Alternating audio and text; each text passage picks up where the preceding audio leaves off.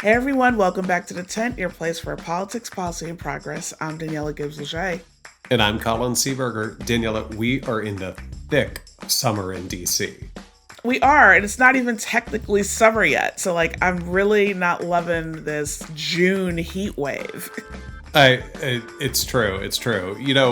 We are beating the heat by recording from home this week, but nevertheless, I heard you had a great conversation.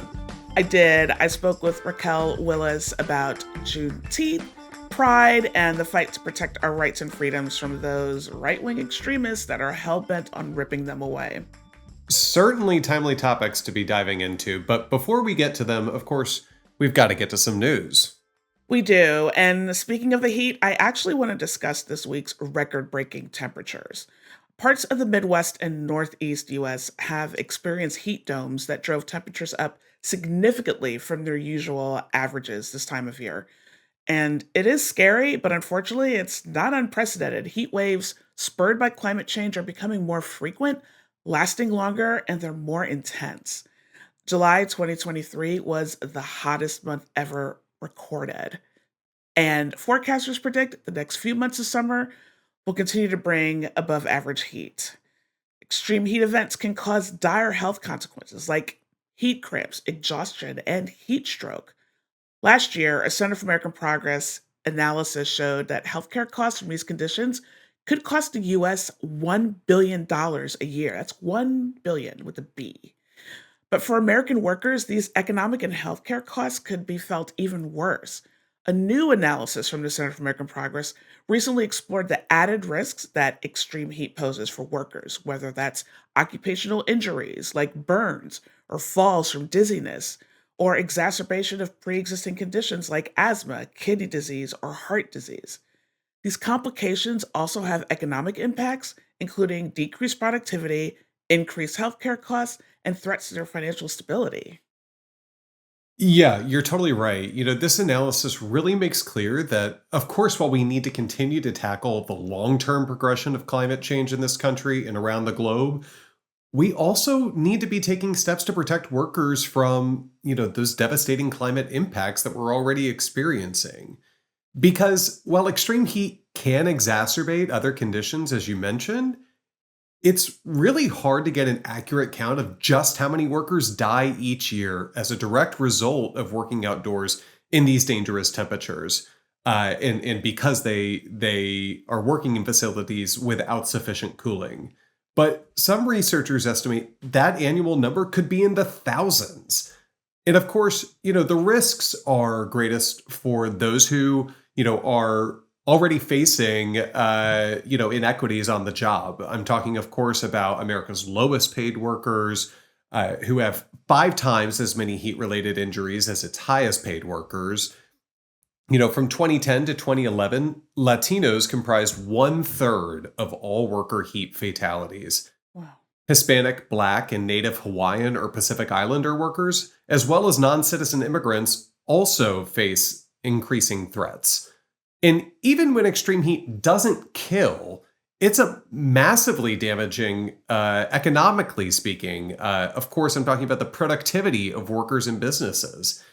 Heat induced declines in labor productivity account for an average $100 billion annually in the United States.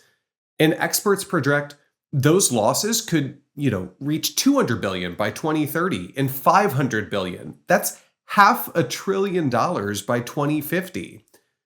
We have urgent needs when it comes to protecting workers from extreme heat, to be sure. But unfortunately, we're seeing that states under full MAGA rule, places like Texas and Florida, they've actually taken recent action to pass laws preempting local statutes that require employers whose workers, work in the heat to be afforded shade breaks and cold water while on the job. It's not just cruel, Daniela. It's deadly. It's a health emergency.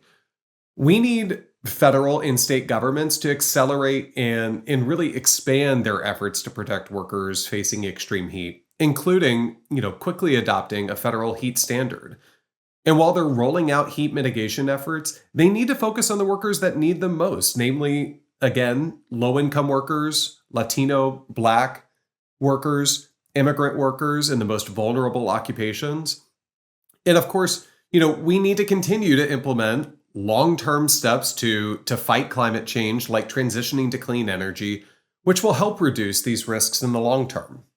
That's right. Like I'm complaining about how hot it is from my air conditioned office. I know people who work outside in this weather, they need even more protections. So, speaking of immigrant workers, though, let's talk about some other big news this week, Colin. This past weekend marked the 12th anniversary of President Obama's Deferred Action for Childhood Arrivals program, better known as DACA. Now, because of DACA, more than 800,000 immigrants who have called the U.S. home for years have the opportunity to live and work without fear of deportation. DACA recipients pay federal, state, and local taxes and contribute nearly $2.1 billion to Social Security and Medicare each year, a fact that I think people don't remember. Well, on Tuesday, President Biden and Vice President Harris announced executive actions to build on the successes of DACA, keep American families together, and help fix our badly broken immigration system. These new affirmative measures will protect the spouses of U.S. citizens who've been living and working in the U.S. for at least 10 years from deportation. It's the most significant step taken to expand legal status protections since DACA was passed. And it's estimated that 500,000 spouses and 50,000 children will benefit. It's also supported by a majority of Americans because, of course, why wouldn't you support that? You know, the executive actions will also help DACA holders, Americans who arrived in the US as children, pursue other routes to citizenship as the DACA program ends. It'll speed up the process for dreamers transitioning to other types of visas and make it easier for them to apply. And once again, Americans overwhelmingly support these types of steps for immigrants who have been living, working, paying taxes, and contributing to communities in the US for much of their lives. After years of uncertainty and being forced to navigate the United States' broken and outdated immigration system, hundreds of thousands of families are waking up today being able to exhale because of the Biden administration's commitment to keep families together. And that is something we should all celebrate. That's absolutely right, Daniela. And of course, it's even more welcome as it comes after years of former President Trump's cruel immigration policies, dead set on ripping families apart. During his time in office, former President Trump actually tried to end the DACA program. The Supreme Court eventually struck down his attempts to dismantle it. He also instituted policies that saw children ripped away from their parents' arms after crossing the border. The president of the American Academy of Pediatrics testified that he personally witnessed this policy in action and said it was government sanctioned child abuse. Hundreds of families were separated years after the policy officially ended, and President Biden's administration has had to take, you know, countless steps to try to reunite these families. And we have seen some success in that regard. And who can forget how, President Trump began his presidency after, launching his campaign at Trump Tower and spewing just, atrocious falsehoods about immigrants. One of his first actions in the White House was instituting a Muslim travel ban that limited travel to this country from 7 largely Muslim nations, blocking immigrant families from being reunited with their American relatives. But he's not done. While the Biden administration is working hard to keep families together and fix our broken immigration system, Trump is now parroting Adolf Hitler, saying immigrants, quote, poison the blood of our country. And that if he's elected to a second term, he wants to, deny entry to legal migrants based on their ideological beliefs. He's called for ending birthright citizenship, despite lacking the authority to do this unilaterally. It's only circumscribed to the Constitution. He also wants to end the ability of U.S. citizens to sponsor their parents in obtaining lawful permanent residence in the country, despite his own mother-in-law having benefited from such a process. And he wants to halt refugee admissions from the Middle East and reimpose an even more extreme version of his Muslim travel ban. But, despite claiming to stand for strong border security, it was Trump who was the one who pushed congressional Republicans to oppose one of the toughest deals to, enhance border security in decades. And he did so for political reasons, all to bolster his own reelection chances. He and his MAGA lackeys want chaos at the border. They're fine with a dysfunction Biden is working hard to try to prevent. So it's really encouraging to see this week's executive actions being taken. And it's a, really staunch reminder that public policy changes lives. President Biden and Vice President Harris, they're doing so for the better. Their predecessor did so to rip families apart from one another. This is a critical step that's going to make our country, American families, our communities, the economy, it's going to make them stronger. And as we celebrate, we need to keep in mind what's really at stake in these discussions. Yeah, we really do, Colin. I'm just thinking about all the families who will get relief from these executive actions, especially so soon after we just celebrated Father's Day and Mother's Day. I hope this allows those families to breathe easier and to stay together without fear. Absolutely, absolutely. Well, that's all the time we have for today. If there's anything you'd like us to cover on the pod, hit us up on Twitter at the Tent Pod. That's at the Tent Pod. And stick around for my interview with Raquel Willis in just a beat. Raquel Willis is an award-winning activist, journalist, and media strategist. She currently serves as executive producer of iHeartMedia's LGBTQ+ podcast network Outspoken, where she hosts 2 series, Afterlives and Queer Chronicles. She is also the author of The Risk It Takes to Bloom on Life and Liberation.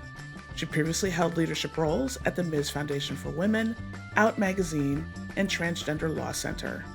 She co-founded Transgender Week of Visibility in Action with civil rights attorney Chase Strangio. Raquel Willis, thank you so much for joining us on The Tent. Thanks for having me on. So this week, we are at the intersection of both Pride and Juneteenth, which feels like a great opportunity to recognize intersectionality and the fight for, as you put in your own work, collective liberation. So what does that mean to you, and what links do you see between the ongoing fights for racial justice and for LGBTQI plus rights?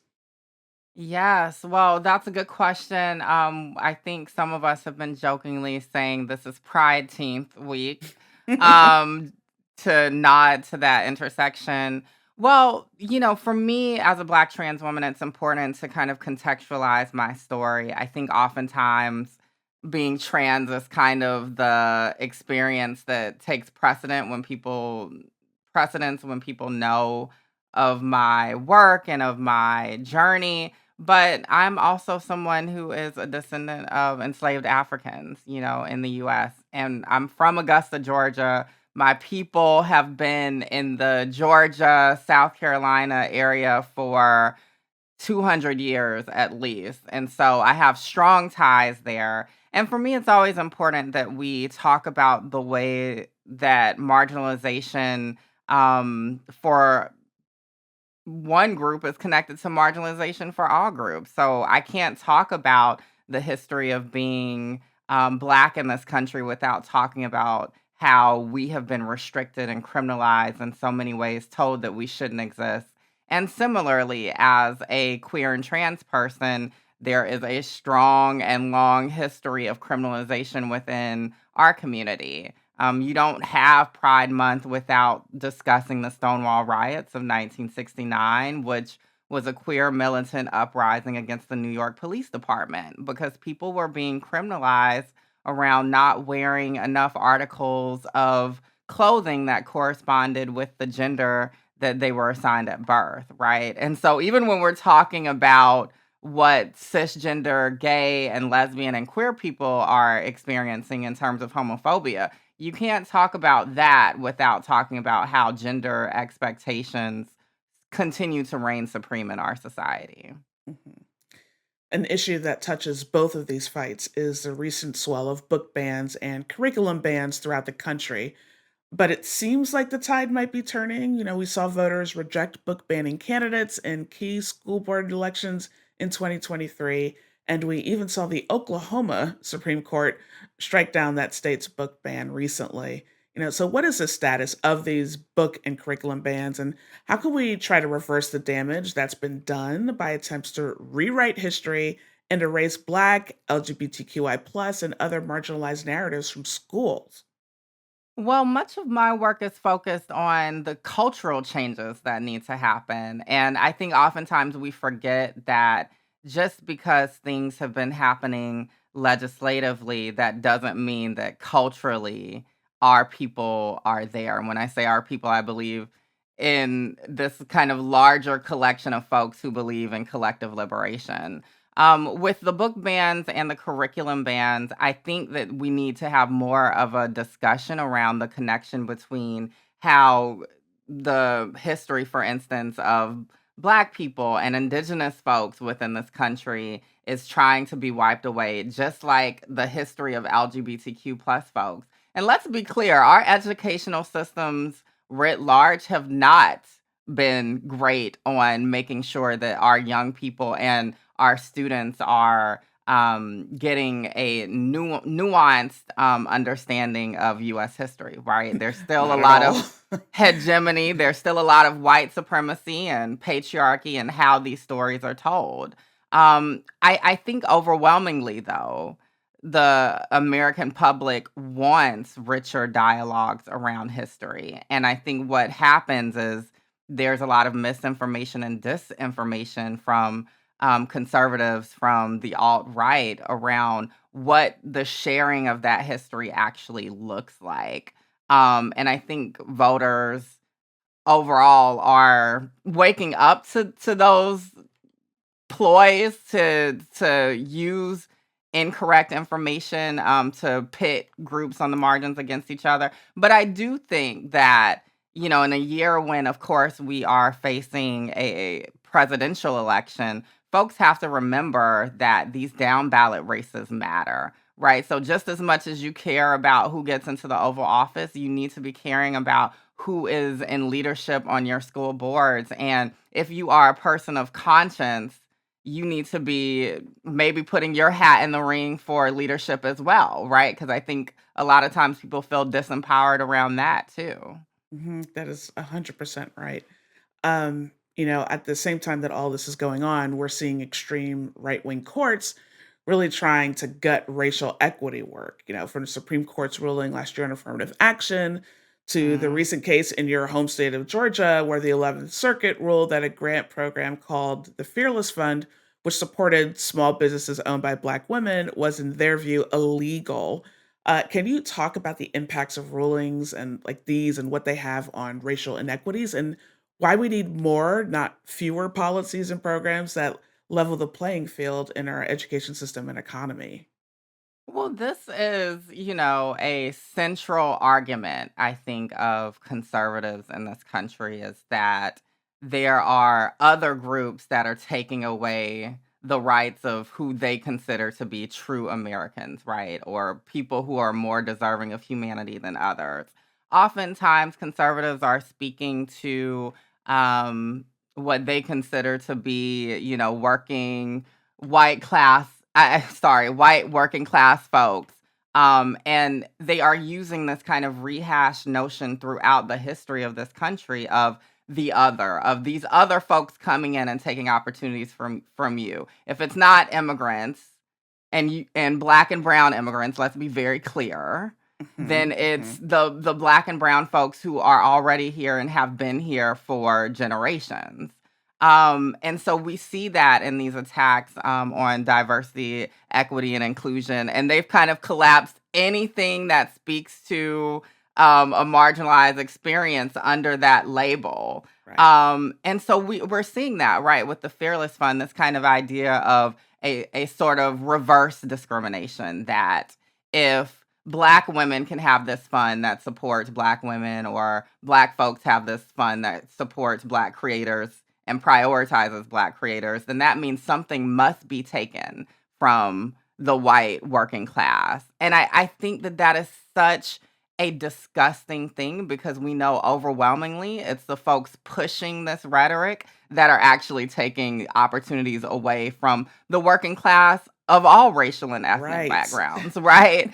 So I want the general public to have more of a lens of understanding that we need to be moving from a place of abundance and understanding that there's actually more than enough resources to take care of housing inequities, to take care of food insecurity and economic instability across the masses. It's just that those resources are being hoarded by the folks who have the most power and privilege. And go figure, it's not actually Black and brown folks in general, working class folks who have that, right?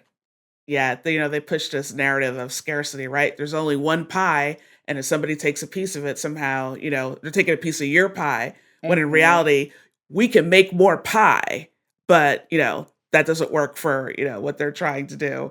Uh, you Yeah. know, you mentioned the war on DEI that many conservatives have leaned into, like actually calling candidates like DEI candidates ridiculous. Like, why are certain politicians feeling more comfortable opening up about their opposition to DEI? Like, it seems like we really went a 180 from where we were after the summer of 2020. And, Mhm. how, if at all, are they trying to disguise the bias and hate behind those stances, and why is this also dangerous? Well, I think, of course, we can't talk about this kind of uptick in rhetoric and really just hateful, discriminatory rhetoric without talking about, of course, the rise of Donald Trump over the last almost decade. It's been almost a decade Oh now. my If folks gosh. aren't keeping count. But I think in many ways he opened the door for folks to kind of see a lane of using hateful rhetoric to accrue power, to accrue a platform, right? Someone was joking the other day because there was this young white girl on TikTok who made this video where she was basically proving that she wasn't afraid to use the N word, right? And then Oh. some other folks noticed, right, that there's kind of this like pipeline for access and power for even everyday folks on a platform like that to say, oh, well, I don't have a problem saying the disgusting thing out loud, right? And we know that that's something right out of the Trump rhetoric playbook. But it's not really just about Trump, right? I think, again, this kind of mindset of scarcity that folks on the margins are coming after you again are and coming after what you want in life Right. is kind of at the heart of this. And we have folks with power who are exploiting that and continuously. I think what we also can't ignore is that more and more folks of color, more and more women, more and more LGBTQ plus folks, and on have a voice now, right? So we see this kind of continued long tail of a backlash from the Obama era. We see it from even what we saw as Hillary Clinton vying for the Oval Office. We see more and more queer and trans people, right, being outspoken, actually saying, no, you actually can't talk to me any kind of way, and I'm not going to deal with that. And this is actually discrimination, and I am going to try and hold you accountable, right? So I think there are all of these connections happening in this era, and folks who have traditionally had the most power and privilege are feeling like they're on shaky ground, right? They're afraid of that accountability that hopefully is coming more and more. So I think that that's the era that we're in. And I just wish that we actually just had more of an open dialogue about what people are actually afraid of and what Yes. the source of that fear is, right? Mhm. The fear isn't actually that Black and brown folks or queer and trans folks are taking your place. The fear is actually that you will have less access to pursue the life that you feel like you deserve. Right. That's And exactly right. everyone feels that, right? Even the people that Right. you think are taking that from you. Right, exactly. There's more that binds us together than tears us apart. I like to try and end all my interviews on a positive note. So, like you said, this is an era we're in. It's definitely the time to lift up voices of Black and trans activists like yourself. You released a memoir last year called The Risk It Takes to Bloom. So tell our listeners about the book, what inspired you to tell your story, as well as some of the reception you've gotten and what it's all meant to you. Yeah, wow. The risk it takes to bloom. It felt very important for me for years to really share my story growing up in the South in a very traditional Black Catholic family, right? So there were Mhm. layers of expectations and how I was trying to make sense of my place in the world, knowing that I was different. And this was before I had the language of being queer or before I later had the language of my trans identity and trans womanhood in college at the University of Georgia. So it felt very important to share that story because I think there's something remarkable about being a person from the South, right? This kind Mhm. of region that's seen as a lost cause or seen as basically left on the cutting room floor of progress in this country as a place that actually is a site of beautiful resistance and resilience. And yes, that my queer and trans self could come into fruition and into a fuller existence there. And so I'm trying to also elevate the fact that we wouldn't have a lot of our progressive strategies, organizing strategies and modalities without the fight that has happened historically in the Southern US, right? Whether we're talking about the civil rights era, Reconstruction, and on and on. So Mhm. that felt very important. But it also felt important to share my story coming into a sense of commitment to social justice. When I was doing the bulk of the writing of this in 2020, I found that, oh, actually, there are a lot of folks that are hungry and thirsty for what a better world could look like that works for all of us. And I wanted to share humbly that even though I've been labeled, an activist and an organizer and all of these different things, that it has been a journey and there's continuous work around that commitment. So that felt so fun to do. It wasn't easy, sharing the stories of my life, sharing what it felt like to be a failure to Black masculinity in my father's eyes, and then Mhm. reconciling with that and what my trans womanhood would look like in the world. But people have been really in love with the stories around family, how my family has evolved alongside me, my amazing mom and sister and brother. And actually, my mom and sister will be visiting me in New York as I'm a grand marshal for NYC Pride this year, which is also kind Oh, of this that's awesome. mind blowing thing. So people have been interested in that. And it's just been such a privilege to share my story on this level. Well, that's fantastic. New York City Pride is like the best celebration parade ever that I have been to. I used to live in New York, and that is such a great honor. So, congratulations to you. Thank you. Um, and Raquel, I want to thank you so much for joining us on the tent, and thank you for all of your work and your activism, and for showing folks that there is a way to move forward through all of the bad stuff that's happening out there. I think it's really important to lift up the positive stories and lift up that, there are people who are making it through. So thank you so much. Of course. Thank you so much. And if folks want to know, more stories, those podcasts you discussed in the intro, Afterlives focuses on the life and legacy of a 27-year-old Afro trans Latina named Laylene Polanco. She actually died in Rikers custody um, 5 years ago. And so we tell the story of her life, but also the movements she inspired in the wake of her death. And then Queer Chronicles, which focuses on the stories of queer and trans youth in political battleground states in the US. And so you can get a smattering of different stories there if you're curious to know more. And I assume we can get them wherever you get your podcasts. Wherever you get your podcasts. All right, awesome. Raquel, thank you so much. Thank you. That's going to do it for us today. As usual, please go back and check out previous episodes. But before we go, Colin, want to talk about the Tony Awards? Did you watch? We have to talk about the Tony Awards. Daniela, I was so thrilled to see Jonathan Groff win Best Actor in a Musical for his performance in Merrily We Roll Along. I'm not sure whether you've seen it. I haven't. I have not seen it either, but I'm obsessed with the album, listen to it all the time. I so regret having not made it up to Broadway and taking it in yet, but he, Lindsay Mendez, Daniel Radcliffe are just incredible. I'm not sure whether you caught his speech, but it just struck such a chord with me. I think particular being a parent now, in speaking to how his parents really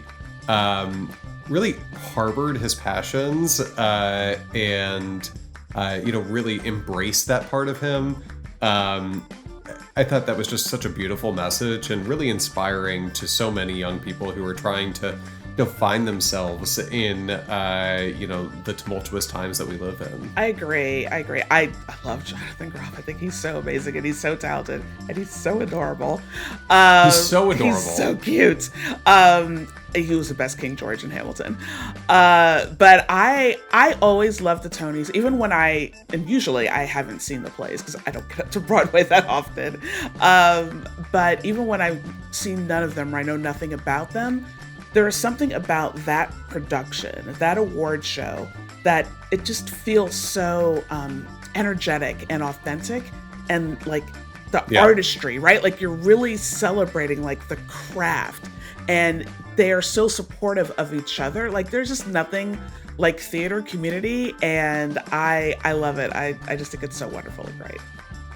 Speaking of energetic, lively members of the theater community, I'm not sure whether you caught former Secretary Hillary Clinton was there having produced a show on Broadway this year. So the room rightly, gave her the standing ovation that she so was deserving of. And it was just fun to see her, really taking in, in applauding the achievements of the Broadway community that, she as a senator was a longtime supporter of. So I'm sure it was kind of like a little homecoming and reunion for her being with that community. I also have to say, I am obsessed with Sarah Paulson. I love Sarah Paulson and the fact that she got a Tony Award for her performance in Appropriate was really exciting, and another one that I definitely have on my go to attend list. My list is very, very long.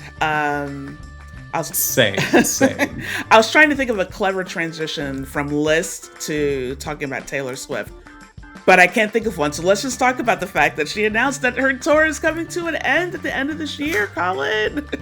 I don't think I'm ready to, Daniela. It is just heartbreaking that for woman those needs of us a break. who are Swifties who have been to the Eras Tour and who desperately want to give her more of our monies.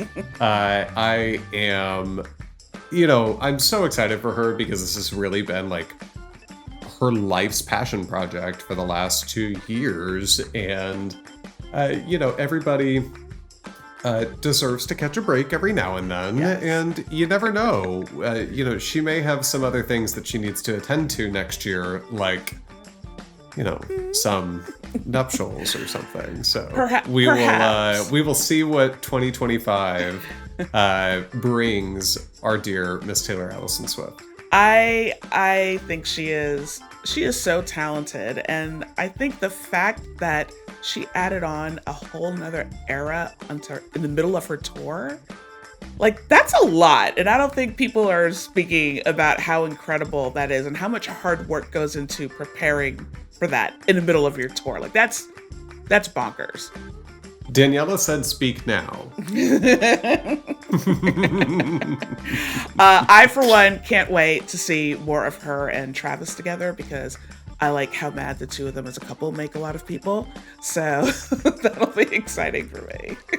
Well, we're only, to that end, we're only about 2.5, 3 months away from football season. So I'm sure that is right around the corner. Yes. So, yes. Well, can't wait for that. Though I don't want to wish the summer away. So let's not get too excited about football season yet. Okay, fair. Okay. Fair. We do have the Olympics coming up first. Yes. Which Oh. I'm a huge Olympics stan, so I will be. Me too. I'm. The swimming trials are happening right now. So good. And I am just like living my best life. I'm not sure whether you caught it. They actually built a pool Yes. in Lucas Stadium in Indianapolis. So they're doing it in a football-sized stadium, that you can usually hold like 80 to 100,000 people, right? They have built a pool, an Olympic-sized pool, where the athletes are competing, and it is so cool. I actually have a former CAP colleague who's there right now. Oh, really? And she is just like absolutely living for every second of this. It is so amazing that they did that. People are just like brilliant with engineering and things that I don't understand. But yeah, I've been catching some of the swimming trials, and aside, my child has finally mastered like the backstroke, and he realized that when mommy and daddy said it's easier because you can breathe, it clicked with him. And so we were watching the backstroke the other night, and I was like, "Do you think you could do that?" And he was like, "Yeah, I could be a swimmer." And I was like, "All right, Yeah, you can breathe." Exactly. So we'll see. Maybe in like 20 years we'll be in the Olympics. I'm sure I'll be watching, so Yes, and I'll keep an eye out. indeed. All right, folks, that's it for us. Take care of yourselves. Hydrate, because it is. Stay cool. It's really, this heat is no joke. It is dangerous. So please take care of yourselves, and we'll talk to you next week. The Tent is a podcast from the Center for American Progress Action Fund. It's hosted by me, Daniella Gibbs-Leger, and co-hosted by Colin Seaberger. Aaron Phillips is our lead producer. Kelly McCoy is our supervising producer. Mishka Epsby is our booking producer, and Muggs Leone is our digital producer. Hi Fan, Matthew Gossage, Olivia Mowry, and Tony Pandolfo are our video team. You can find us on YouTube, Apple, Spotify, Google Play, or wherever you get your podcasts.